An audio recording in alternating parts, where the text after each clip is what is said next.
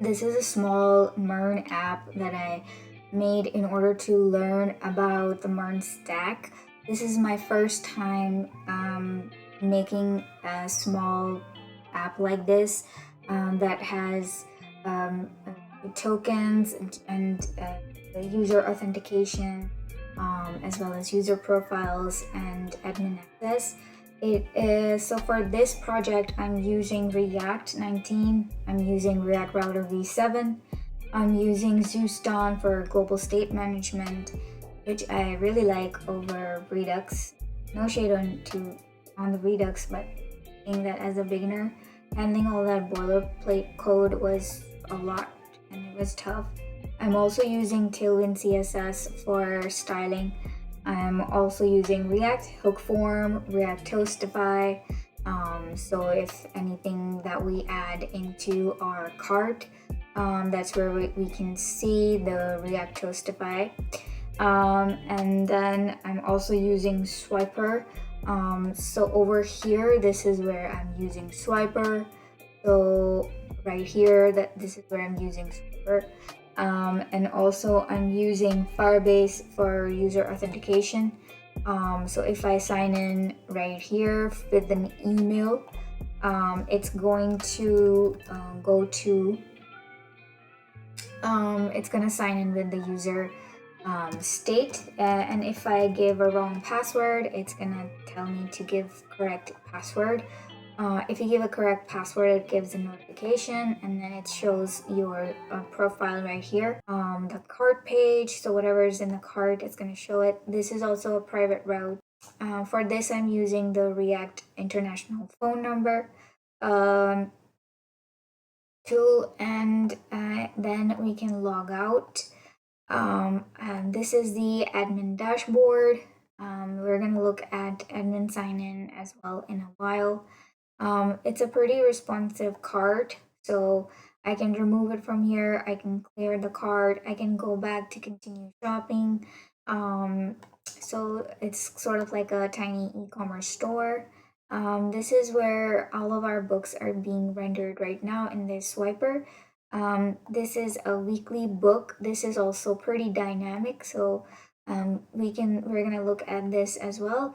It is generated dynamically, so if we add new books via the admin, we can generate this dynamically. For the backend, I'm using Express.js, MongoDB, obviously JSON Web Tokens for authentication. Then I'm also using Cores to handle cross-origin requests, .env for managing environment variables, and I'm also using NodeMon for development to restart the server when changes happens. And I'm also using this third-party API, which is going to render different. So if we write any kind of topic that we like, it's going to render the books according to that topic. So let's get into it. How I wrote the code.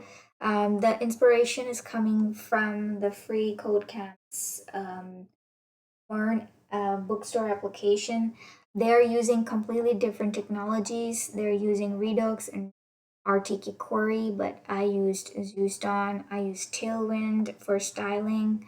I have completely different functionalities. I have different admin panels. I have a different user login. My dashboard is extremely simple. It's not as complicated. So if you look at the dashboard right here, it's very, very simple. I'm showing how many products there are. I'm just showing the sales. So for this, we're using the aggregate framework of MongoDB. This is the add new book. It can add books, and obviously this is edit and delete. So we can go back and forth to our dashboard, and we will log out of it.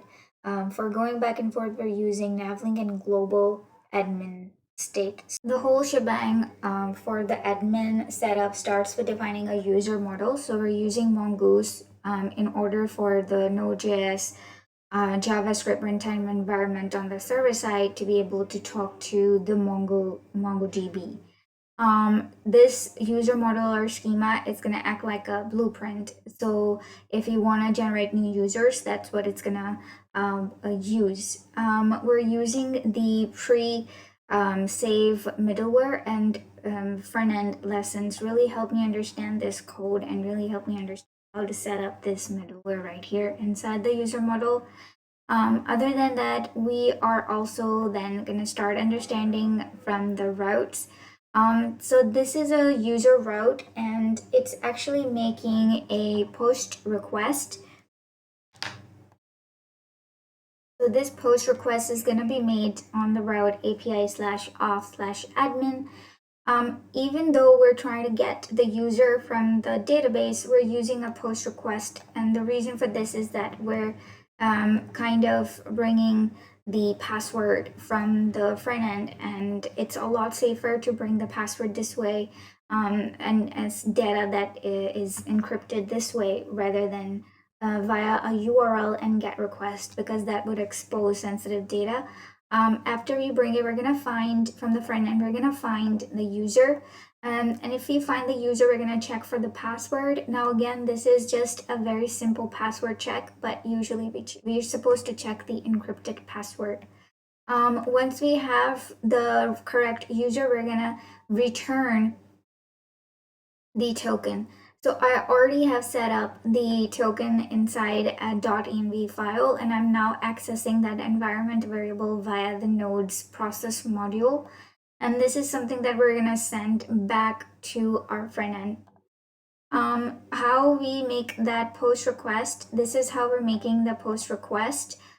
This is how we're sending the headers, just like that, along with the data. And this data is going to come from the onSubmit function.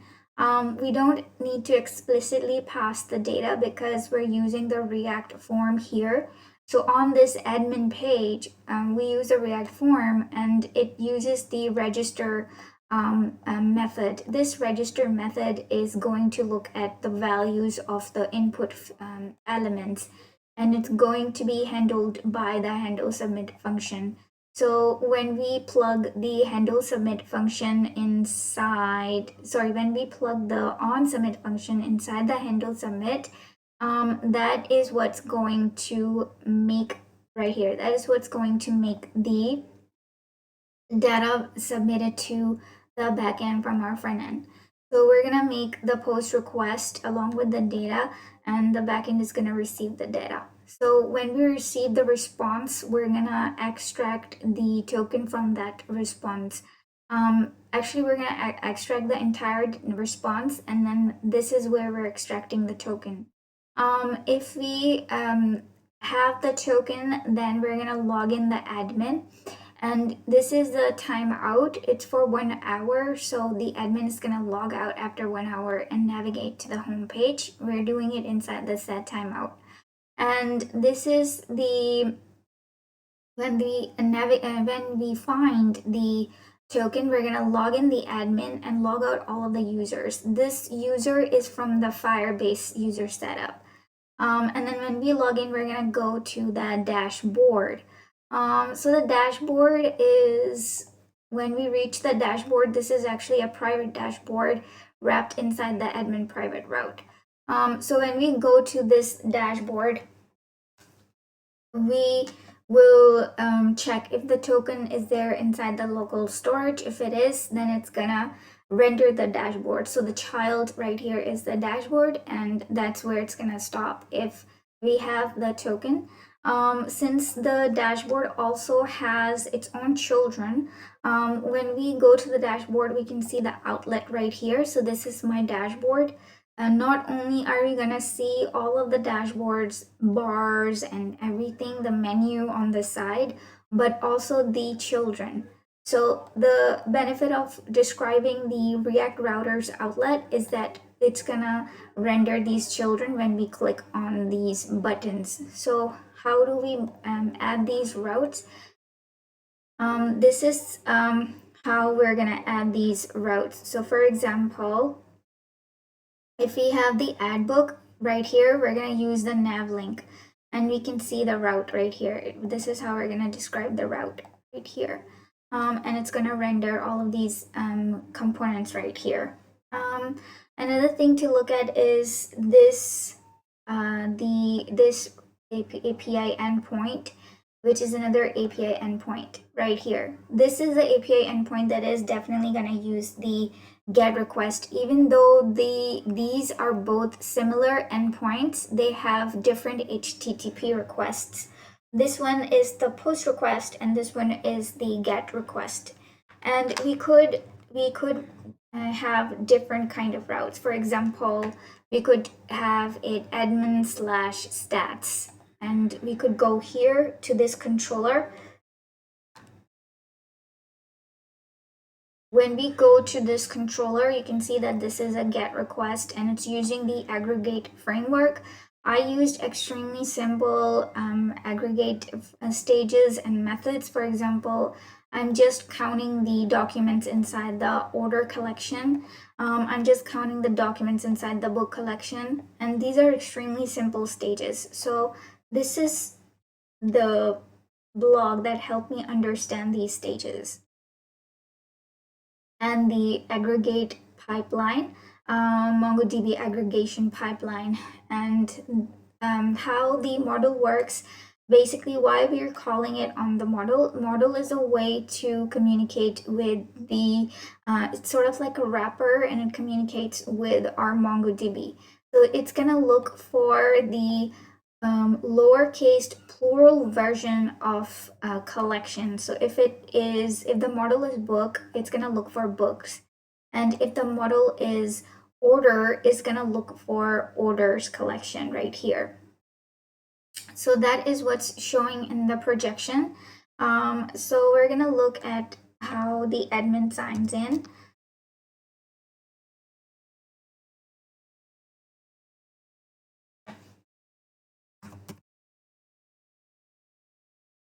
We get the admin sign in successful. We get the token right here.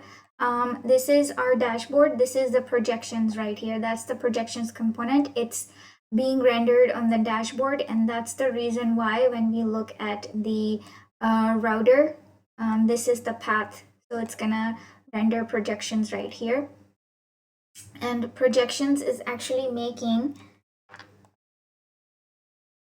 a fetch request, which is a GET request. So you can see the API endpoint, and it's getting all of the sales data, and I'm saving it in the Mongo data use state. And this is how I'm accessing this data.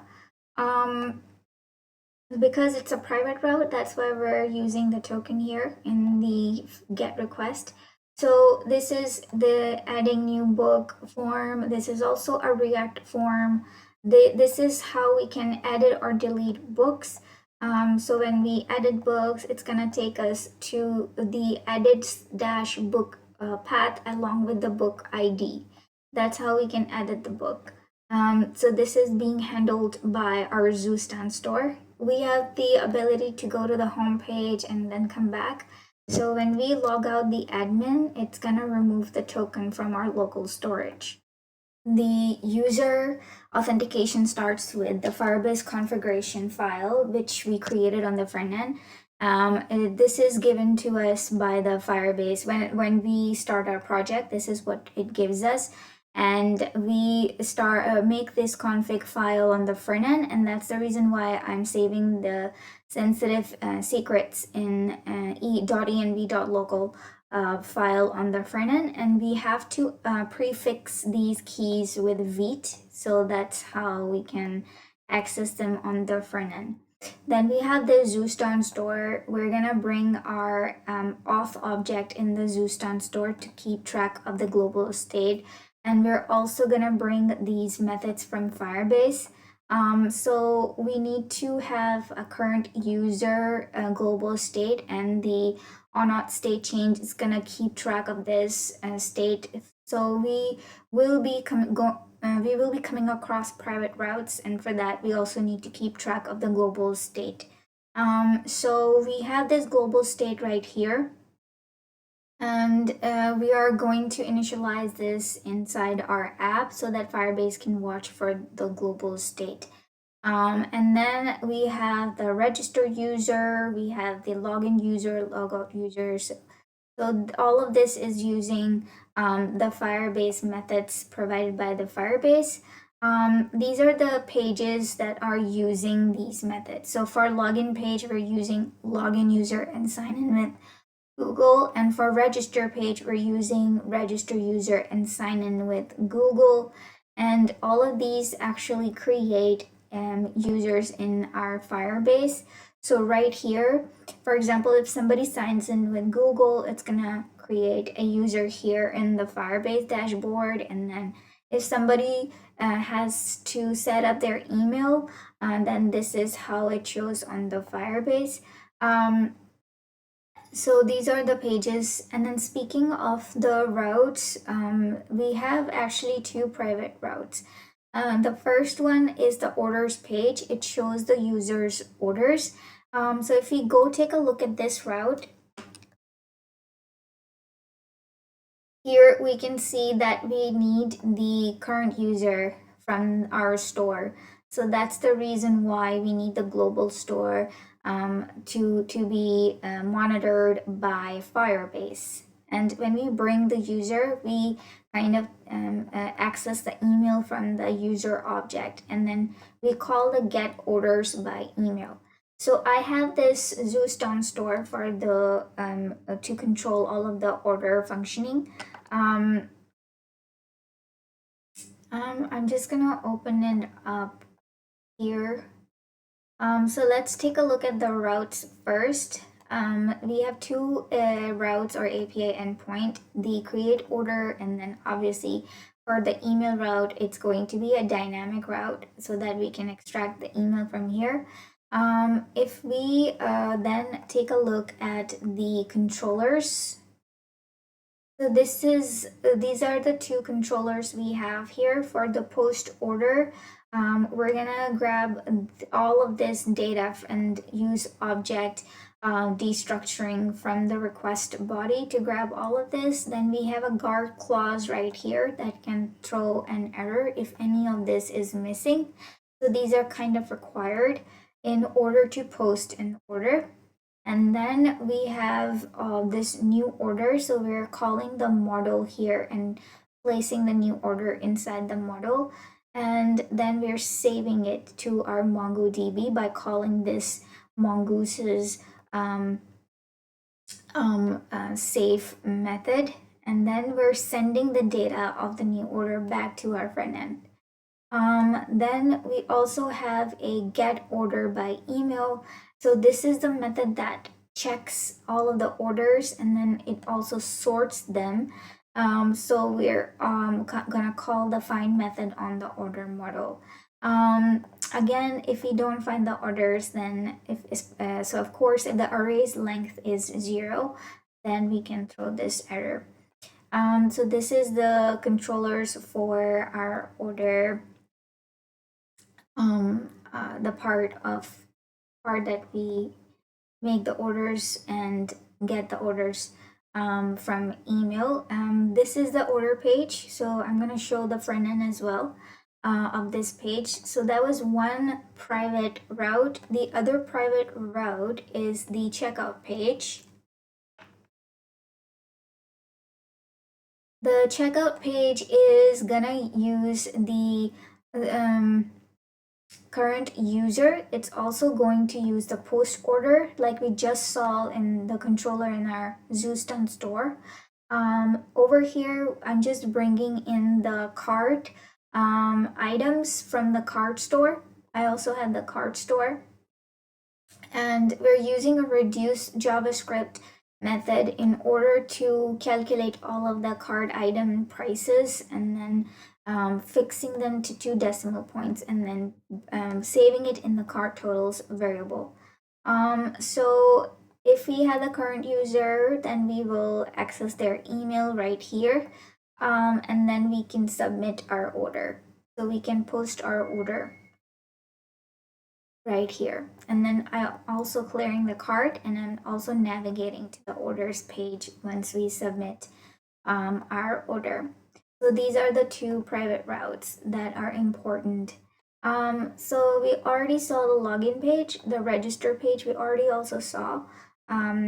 It's kind of similar to the login page. This is the login page, which can log in our user. So if I write the email and the password,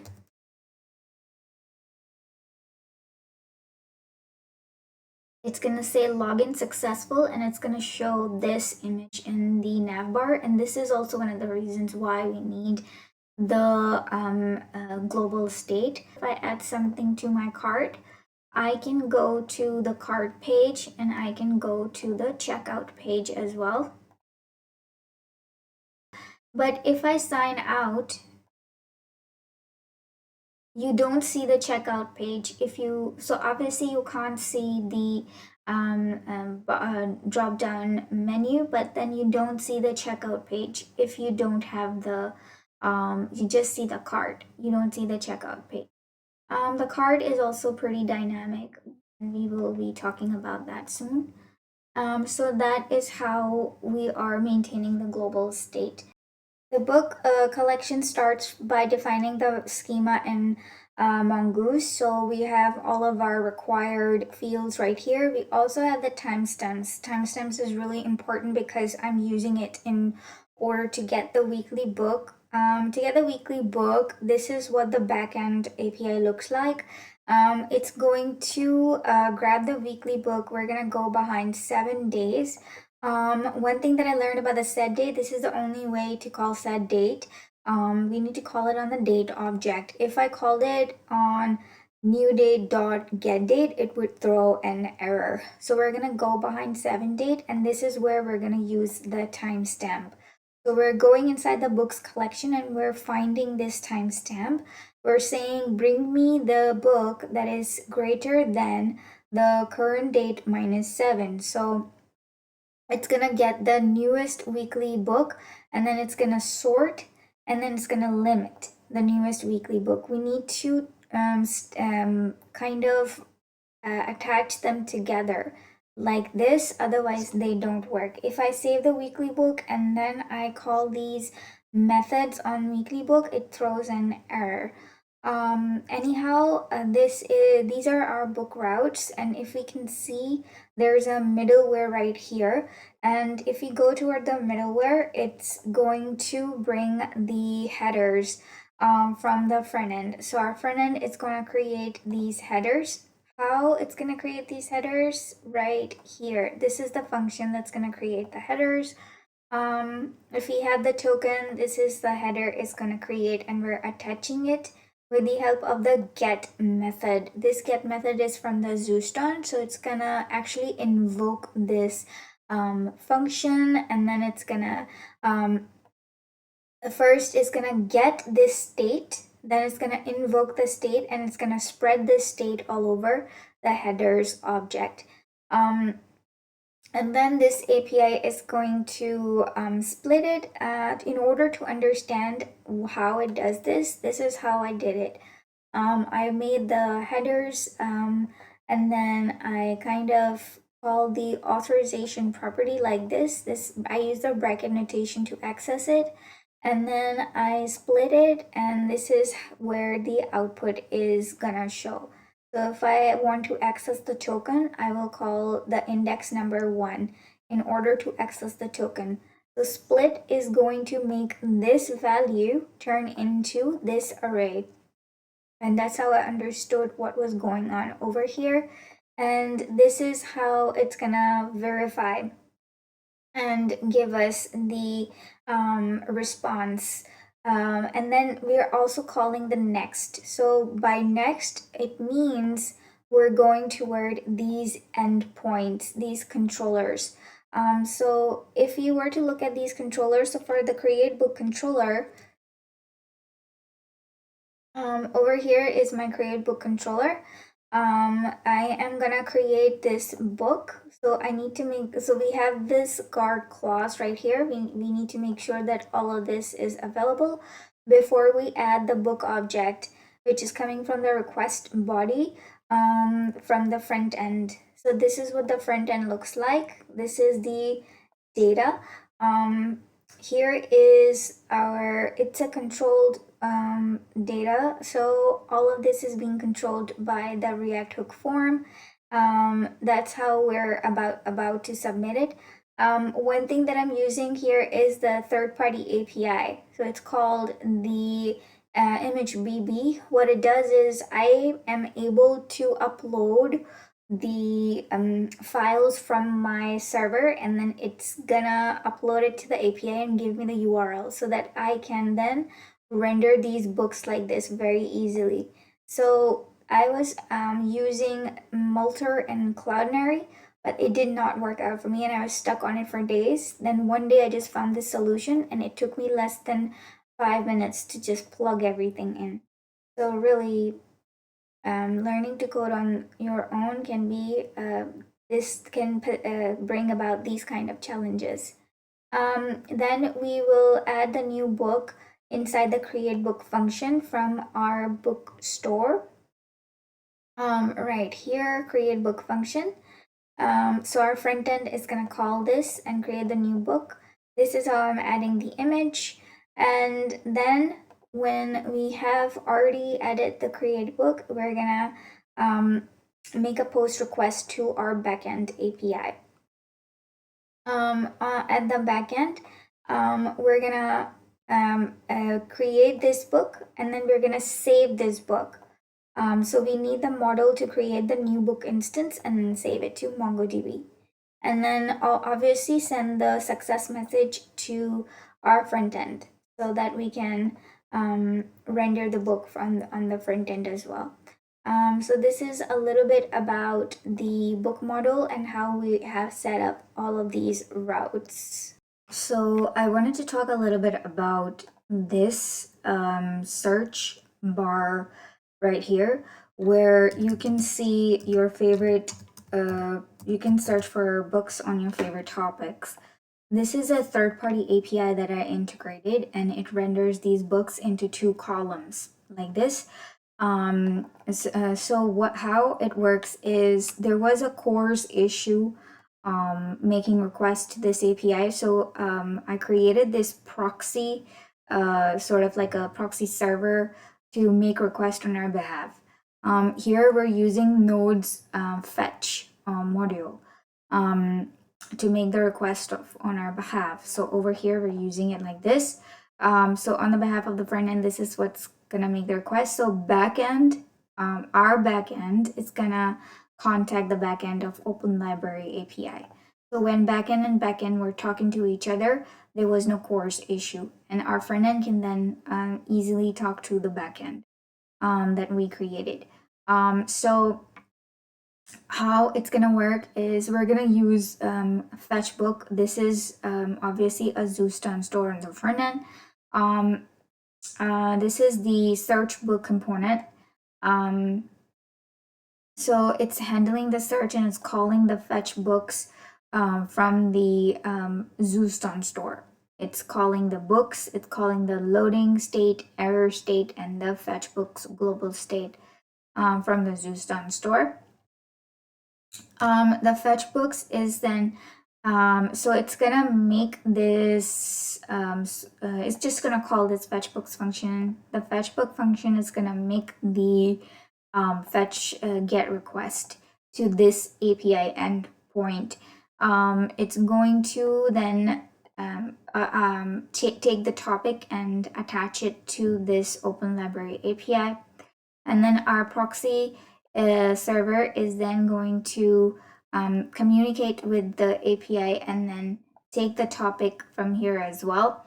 And it's going to then return the data right here. So we're going to send the response, JSON response to the front end. It's going to receive the response, and then it's going to set the books like this. So I wanted to get the works basically from the data because there was a lot of data. So I just wanted a clean interface. I just wanted a few properties.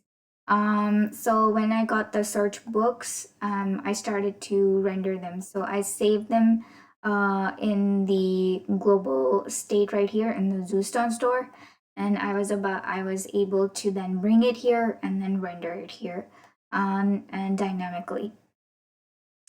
There's right here here it is. We are using these JavaScript curly braces to render everything dynamically. Here are the grid columns right here.